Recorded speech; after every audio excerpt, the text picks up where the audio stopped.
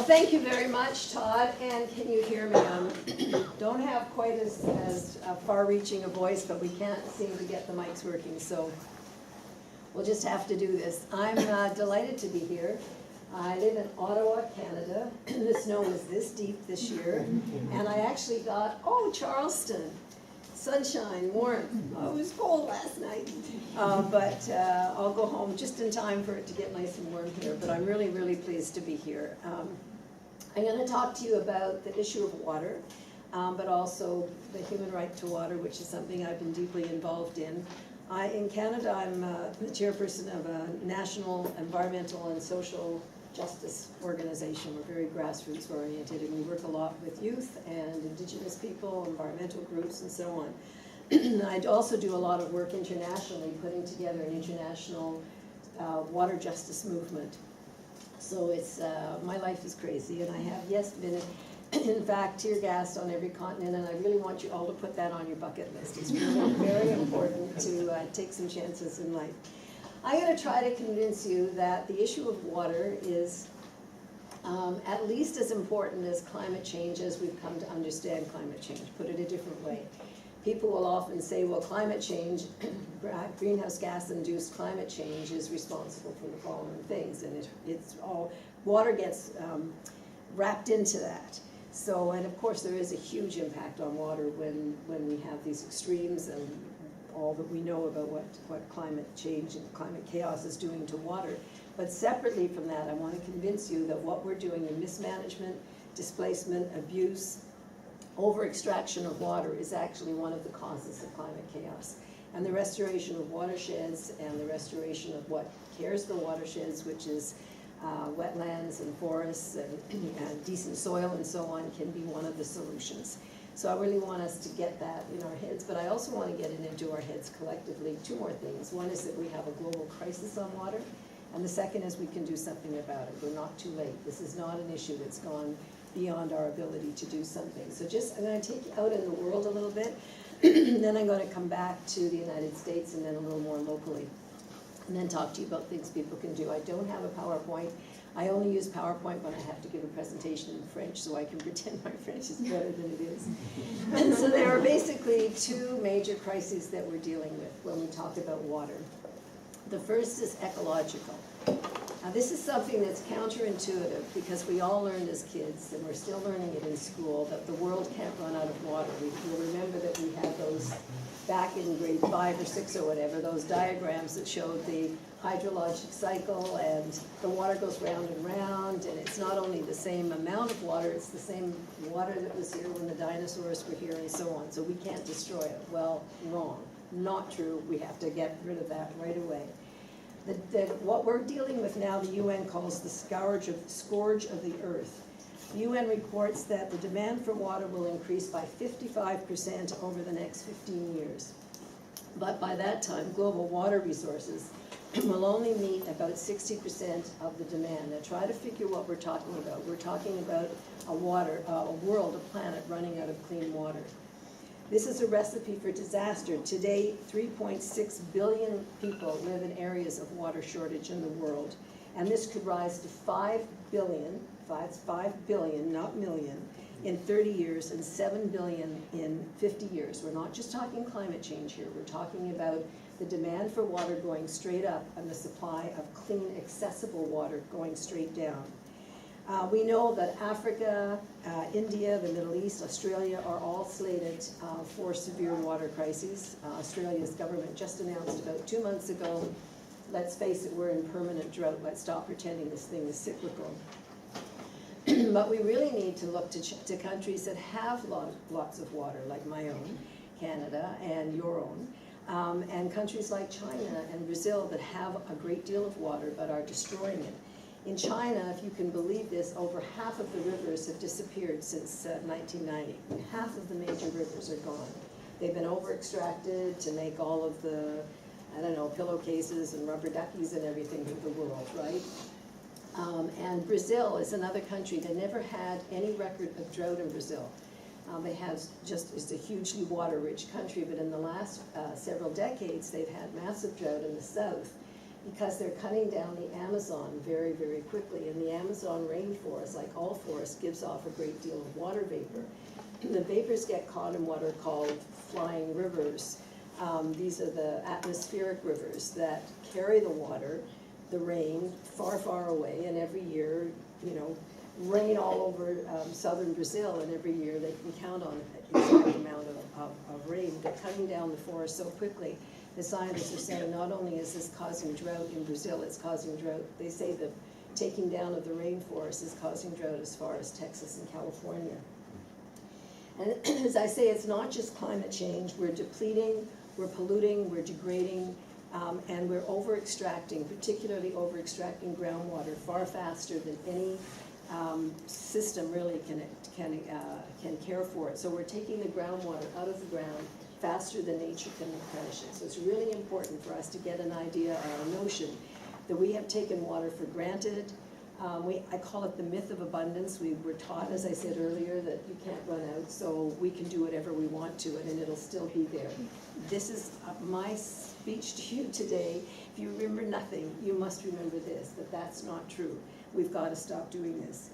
So there's, of course, that's the ecological, environmental reality, but there's also a human reality, and that is that the lack of clean access to water and sanitation is the greatest human rights abuse of our time, if you're just looking at straight numbers of who's hurt.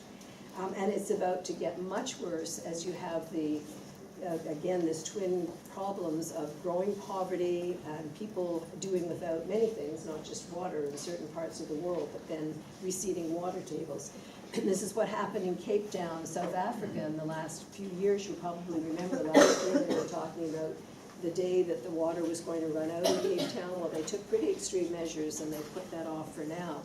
But they have this, what I call perfect storm of incredible poverty, people not having access to water as it is now, but having these water tables depleting, so that not only do you have this deep inequality, which has been there, I guess, you know, as we know, for many, many years, but now is exacerbated by this lack of water. Currently, 2 billion people, this is a World Health Organization study that just came out, have to drink contaminated water every day, and 2.5 billion have no access to sanitation.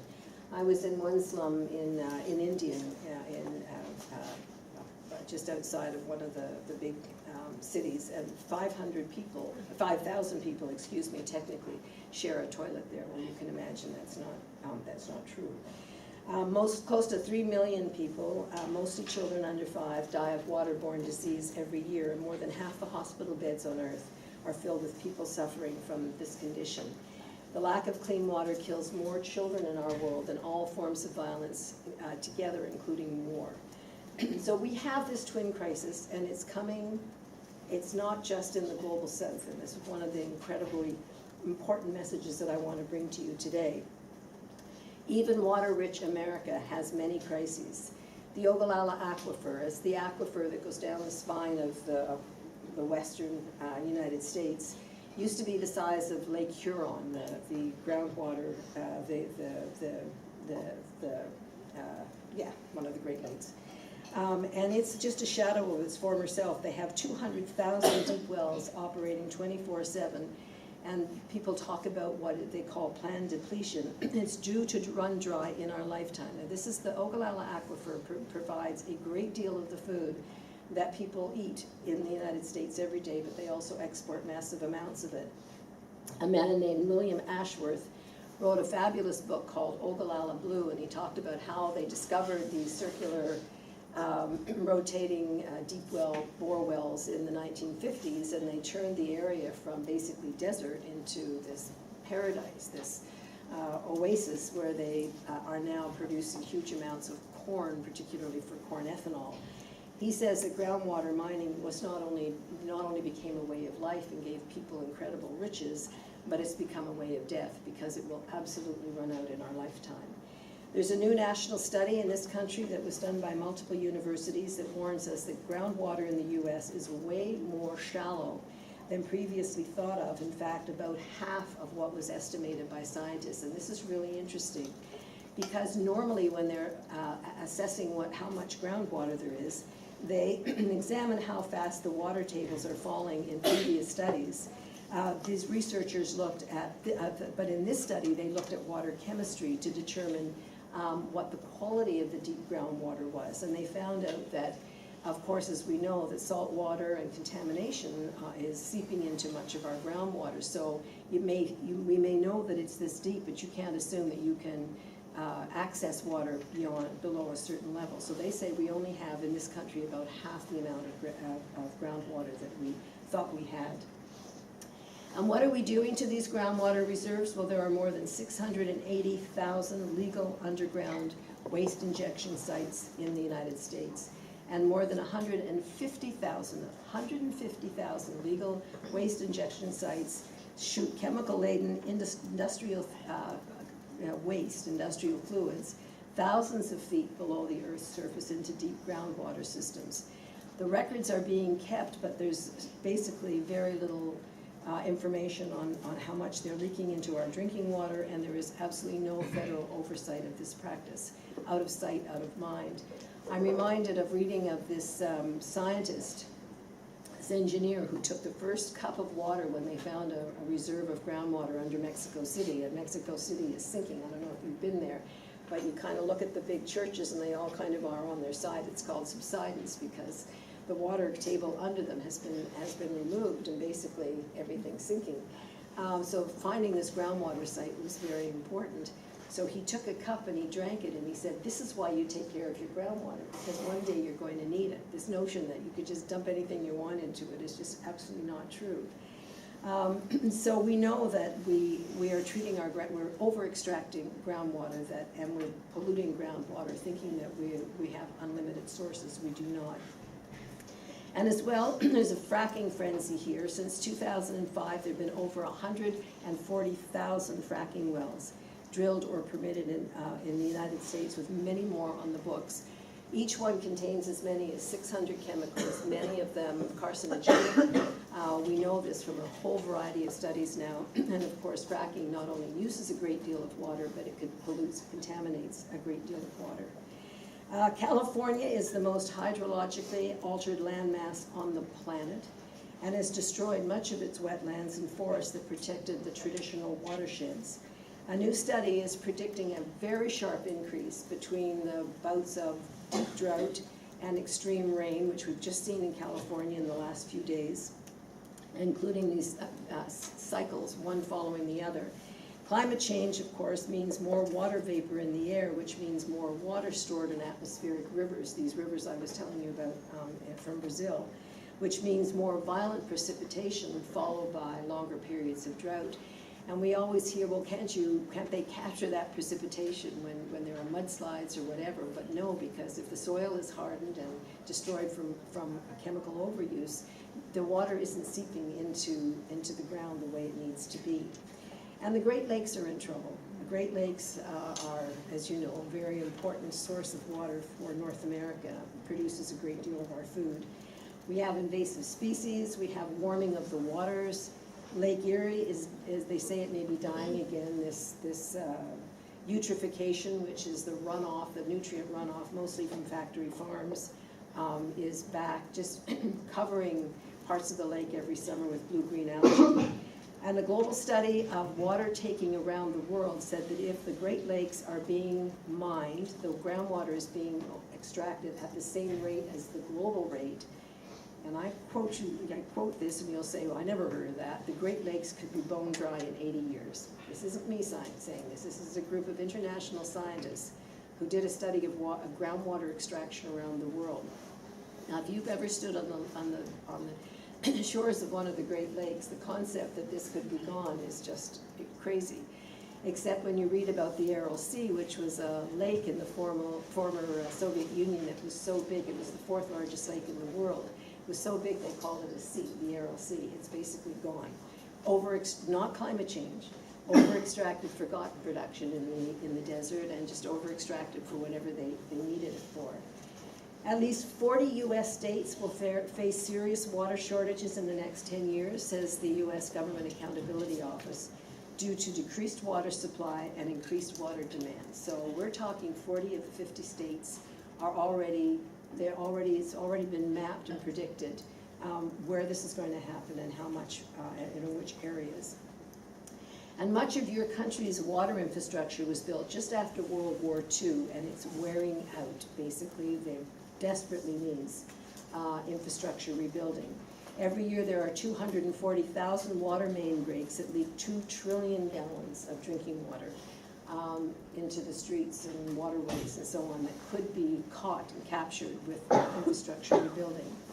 Since peaking in 1977, federal funding for water infrastructure has been cut by 75%. So we really are talking about a kind of, hands-off water. We don't care about it. We're not going to protect it. It's a free-for-all. Anybody can do what they want. So we're also facing water rates going up. There's actually soaring. Over the last 15 years, American water bills have increased by 7 times the rate of inflation, whereas household incomes have fallen. So we're actually, when we think about people not being able to pay their water bills, we tend to think of countries in the global south. Not so, that's happening here. So we're facing what I call a perfect, I'm good if you're good. You sure? Yeah, fine. Okay. We're facing what I call a perfect storm of declining, this is in the first world, this is here in the United States, I'm not talking in poor countries now. We're facing a perfect storm of declining water supplies, rising poverty levels, and climbing water rates. And so you have a situation where people who can't afford it are actually getting their water cut off. Tens of thousands of people have had their water cut off in Detroit, Michigan, and it's happening in Baltimore, Boston, other major cities where we have this growing amount of poverty. Detroit's a very sad city, and a city that really speaks to the issue of environmental racism. Inner city Detroit was decimated when the car industry went down. I would say because of NAFTA, but anyway, won't get into that. And a lot of money moved out of Detroit, and a lot of people moved out of Detroit, people with money. And what they left behind was a largely African-American population, poorer, elderly, and many without jobs. And suddenly they didn't have the tax base to be able to pay to run the water system, so they just doubled and then tripled the price of water for people in that city, and people couldn't pay it, literally couldn't pay it. So then they started coming in and turning the water off, water cut-offs by the tens of thousands. It started about 4 years ago. And I remember coming up to Detroit, up for me because I'm over it, and really having this incredible set of meetings with people and saying, this is just awful. I mean, this is like what happens in poor communities around the world. I can't imagine this happening in wealthy America.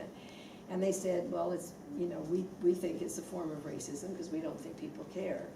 So I remember talking to the rapporteur, special rapporteur from the United Nations, and she came and brought the rapporteur on food and the special rapporteur on housing, and they did an examination. They talked to many people. They did a whole set of researches, and they held a press conference, and they said that the United States and the state of Michigan and the city of Detroit were violating the human right of their people with these cutoffs. And so we suddenly did get media actually around the world, because this is really quite a startling statement. But I think I want you to know this, because this is happening here now. This isn't just happening in places far away. And the protection of America's water heritage is in serious jeopardy right now. I'm not talking politically, whatever your politics are, I'm not asking. This is fact though, that Donald Trump has cut the Great Lakes Restoration Fund by 97%. I mean, may as well be gone. And he recently announced the biggest rollback of the Clean Water Act since it was implemented in 1972. So we are seeing an incredible rollback of the protections of water in this country at the very time when we should be doing just the opposite, given what I've just been talking about here. So your own community, Charleston here, what are the issues? Well, we had this huge rain yesterday and today, and we know that the sea level rise and the flooding is probably the most important immediate issue that you guys are facing, because you're one of the coastal communities that is going to be affected by climate change. But we also have an issue of sustainability. Simply put, and all the studies here say this, that residents and industry are, like many parts of the world, and certainly all over the United States, are taking out water faster than it can be replenished by nature, again, particularly the groundwater. Surface water supplies here in South Carolina are shrinking, and groundwater extraction is in a bit of a free-for-all, with monitoring, yes, but little policing being done of the permit. So it's kind of like anyone who asks for a permit is getting it. The Department of Health and Environmental Control is understaffed, as I understand it, and not being given the kind of support it needs. Without action, without setting priorities for access, serious water shortages are in the future of this state and this community, as well as pollution and demand for water, the pollution that we're committing and the demand for water that is going to grow. And one of the things that I really advise communities like this, and particularly at a state level, is to set criteria for access to water. Who should be having access to your groundwater or to your what they call raw water? I worked with the folks in Vermont to help them write their legislation, because they had very clear public trust legislation protecting their surface water, but nothing for their groundwater. And so we actually came up with language that said that in times of shortage or any kind of competition or concern, that water for people's needs comes first, water for ecosystem protection comes second, and water for local food production rather than food production for export is really important. And that's an issue that needs to be discussed everywhere. I mean, as you probably know, in California, Central Valley, they're growing, most of the almonds and many other things that they export around the world. So they're using the remaining amount of water in California to grow products to make some big farmers get rich. And meanwhile, we have this dichotomy with local small food producers not being able to access the water they need. Now, what's the solution to this crisis? Well, I would offer to you that we need to set some criteria, some value criteria. And I think that's very much in keeping with the theme of what we're doing here today, talking about the human right to water or inequality in general. So the first one that I would suggest to you is that water is a human right. And you might say to me, well, that is a motherhood, that's a given, of course it's a human right. And I'd say to you, oh yeah, you should see the fight that we had at the United Nations to get the United Nations to recognize the right to water. In 1948, the Universal Declaration of Human Rights did not include water because at the time nobody thought of it as an issue of human rights. But for the last 2 decades, we've been pushing to get the United Nations to formally recognize that water is a human right. And this is very important because if you think of it as a commodity, then you can say, well, it's a need, and a need can be taken care of by a for-profit system or governments or whatever. And if you think of it as a need, you don't see it, you think of it as a charity issue as opposed to a justice issue.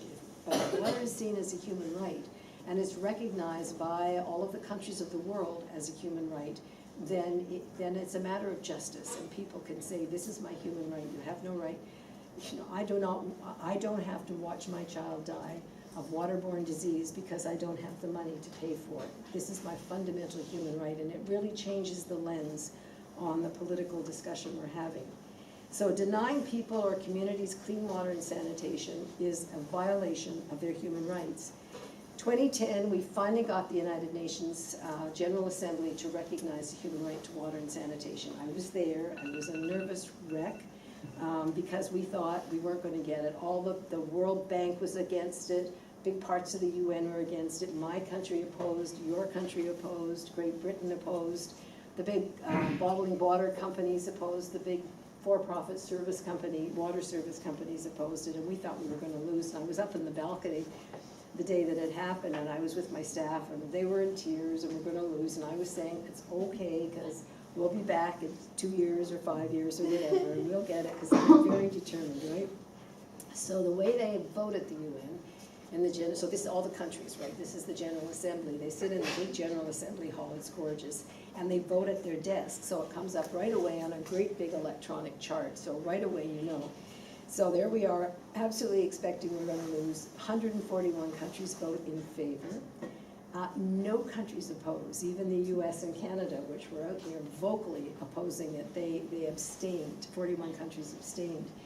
And after it was over, the guy, a wonderful man named Pablo Sono, who was the ambassador from Bolivia to the United Nations, had given a wonderful speech. He stood up and he said, every 3.5 seconds, a child in the global south dies of waterborne disease. And he held up his fingers like that, and you could have heard a pin drop. And so nobody could vote against that, right? So he came up to the balcony to be with us when the vote happened, because all the activists were up on the balcony. And after they voted, a number of the ambassadors turned to him and were going, you know, furious. We weren't ready for this, and why did you force us to do it? And Pablo's standing there with this big shit-eating grin on his face, as if to say, and what part of I just won and you didn't?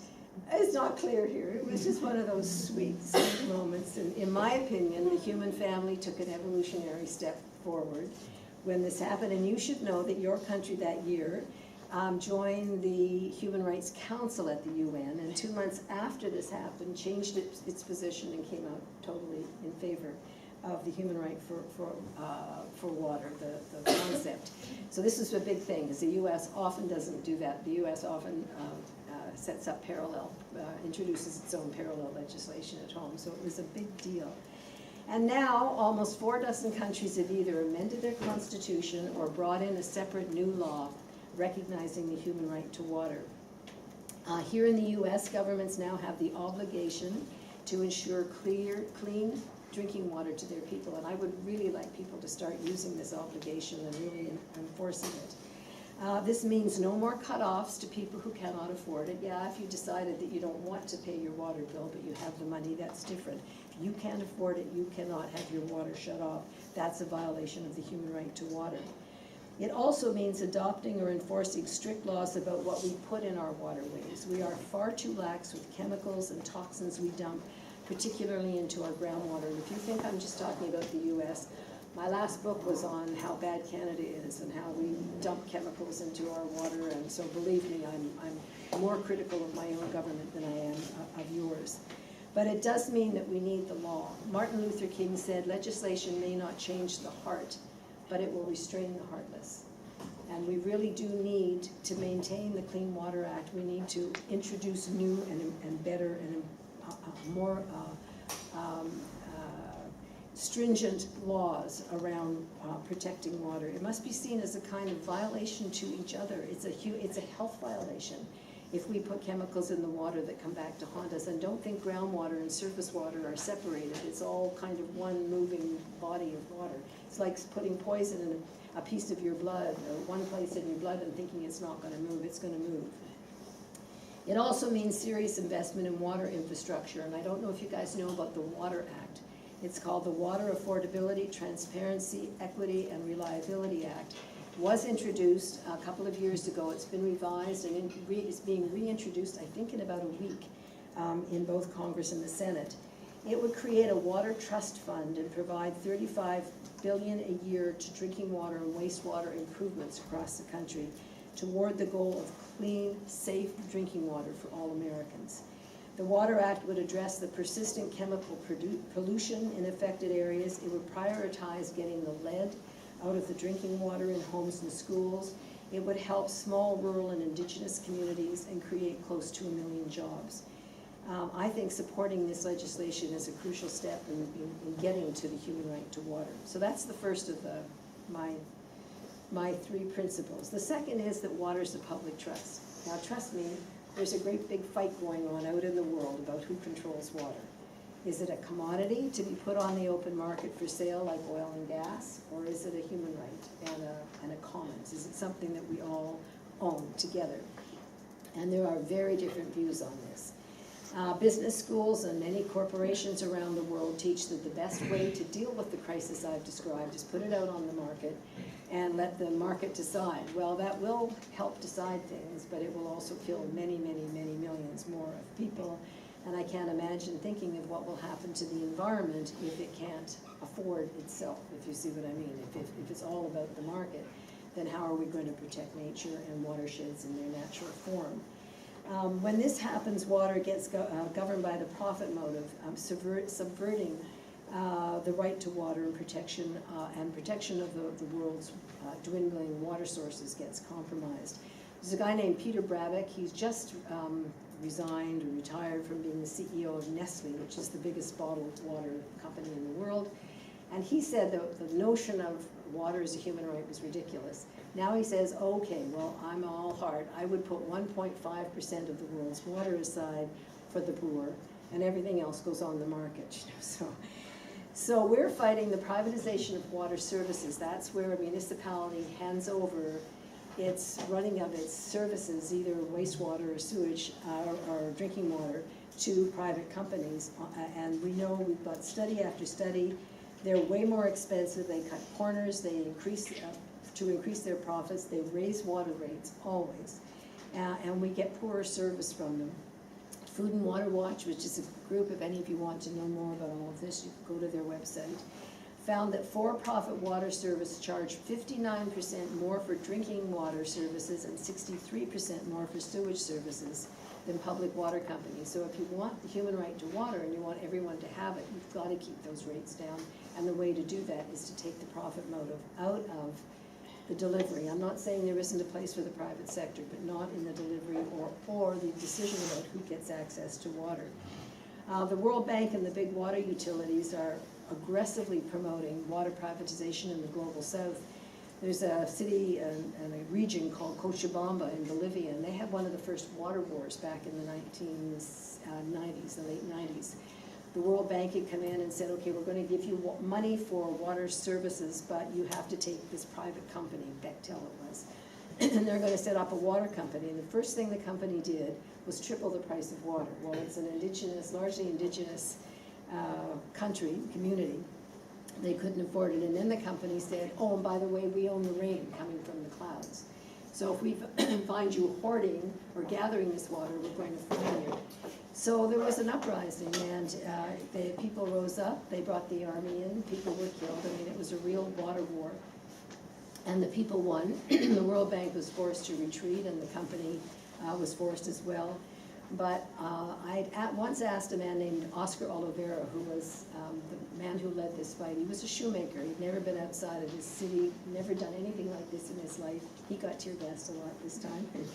And I said to him, why water? What is it about water? Because there have been so many other issues in your world. And he said, I'll never forget this. He said, because I'd rather die of a bullet than thirst, which I think is a really powerful statement, right?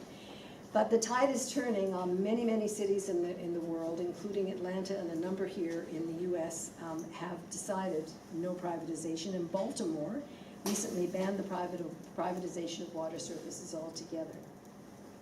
And we also have water trading that's growing. We have something called water pollution trading, which is where you can pollute water, but you can pay your way out or trade your way out of having to deal with it.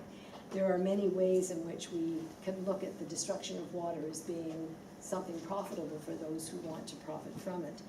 And so we're talking about this thing called the public trust doctrine, which says that water is a common heritage of all humanity, all future generations, and must be protected in public trust in law forever.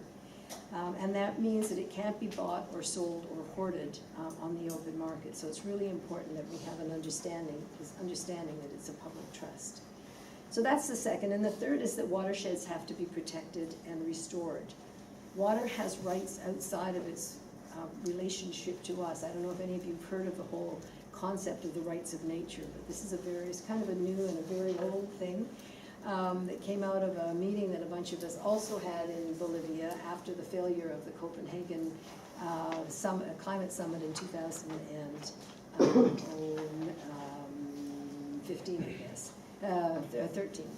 And we all came together in Bolivia, and we came up with this declaration on the rights of Mother Earth, basically mirroring the Declaration of Human Rights, but saying the earth has rights too, and that we have to think about how to change our laws and apply our laws in ways that recognize nature's laws. Because right now, nature is property, water is property, and you can only get compensation for something if you can prove that your property was damaged. Well, what about if the heritage of your children, the natural heritage, the heritage of the species and the fish and the animals that live there?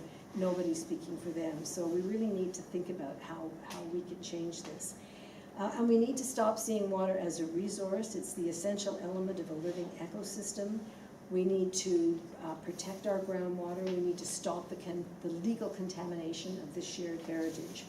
We need stricter rules on how we produce food and the chemical stews the way we produce food is streaming into our lakes and rivers.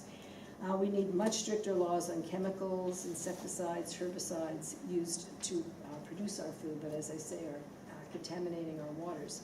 And we have to deal with the flagrant use and abuse of plastic. I don't know if any of you ever saw the movie The Graduate. It was a movie when I was a kid, and he turns to young Dustin Hoffman and he says, "Son, you want to make money in the future? Plastics."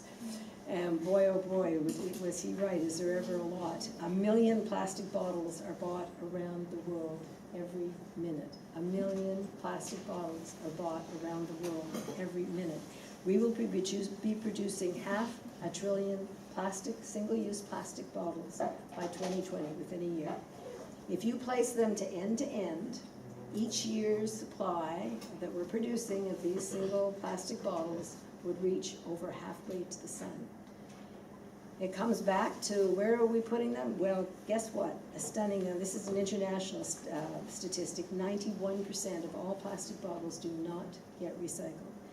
They end up on the planet somewhere. They end up in our forests and our streams and our lakes and our oceans. And we know it takes 400 years for them to break down. Plastic has now been found in human waste, and they think it may be in our bloodstream as well. When you're eating fish, you're probably eating plastic particles. And we need to do something about this. So I'm just going to tell you, I'm going to stop soon. I want to tell you about one wonderful project and then just end with a message of hope. This project is called Blue Communities. We started it in Canada to get municipalities, cities, to declare themselves a blue community, but it's gone ballistic and it's all over Europe now, and I want it to start to come here. A blue community, as a municipality or university, whatever, promises to protect and promote water as a human right. It promises to protect it as a public trust, so it must be held in for the commons. And it promises to not ban, but phase out bottled water on its premises. If you've got clean water coming from your tap, or you can provide the refillables, which you have out here, that you will no longer have, you'll no longer be providing bottled water. People want to bring it onto campus, that's their business, but you're not banning it, but you're not providing it. And we have municipalities around the world now. I was just in Berlin, which had sold its water to a private company, and then for 10 years of activism, they got it back, and now they've become a blue community because they don't want it to happen again. Paris is a blue community. Madrid's about to become a blue community.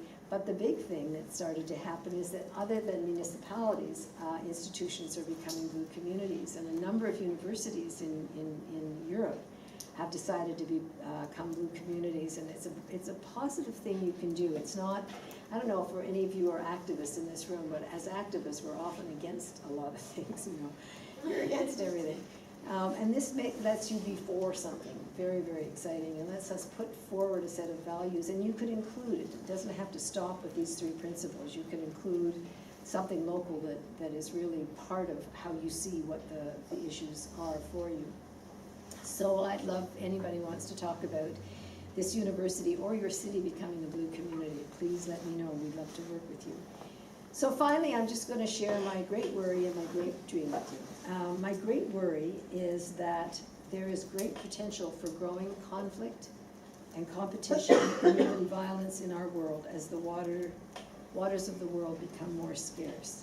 Water disputes are looming between nations, between rich and poor, between small farmers and agribusiness, and between thirsty megacities and rural communities and indigenous peoples. And I'm telling you, I've studied it, I've written about it. There are decisions being made now where governments and leaders say this limited amount of water is going to this industrial zone or this export zone or this resort or this swimming pool and, you know, golf courses, and these communities are just going to die. I mean, we are sorry, but there isn't enough for everyone. Pope Francis said, I ask myself if in this piecemeal Third World War that we are living through, we are not going towards a great war for water. So this is my worry.